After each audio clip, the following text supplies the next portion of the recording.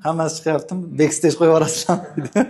Men Abdumutaliyev Ismatullo 1997-yil 1-mayda Farg'ona viloyati So'x tumanida tug'ilganman. 2018-2020 o'quv yili mobaynida Boshqirdiston davlat tibbiyot institutida tahsil olganman. 2020-yildan boshlab to 2024-yilgacha Andijon davlat tibbiyot institutida stomatologiya fakultetini bitiruvchisiman. 2024-yilda Andijon davlat tibbiyot institutini stomatologiya fakultetini bitirdim va Farg'ona shahridagi 1-sonli oilaviy poliklinikada ishga qabul qilindim. Talabalik yillarimda Zoirjon Nuriddinov asos solgan Vodiy Shifo Dent klinikasida amaliyot o'tadim va shu yerda birinchi ish faoliyatimni boshladim. To 2024-yil dekabr oyigacha bu yerda faoliyat olib bordim. 2024-yildan boshlab esa Farg'ona shahridagi 1-sonli oilaviy poliklinikada stomatolog shifokori lavozimida ishlab kelyapman. Bu yildan boshlab Registon tibbiyot texnikumida stomatologiya fani o'qituvchisi lavozimida ishlayapman. Men Registon tibbiyot texnikumini tanlashimga bu yerning ahil jamoasi, jonkuyar o'qituvchilari, rahbarlari sabab bo'lishdi. Bundan tashqari bu yerda yaratilgan sharoitlar barchasi ideal darajada,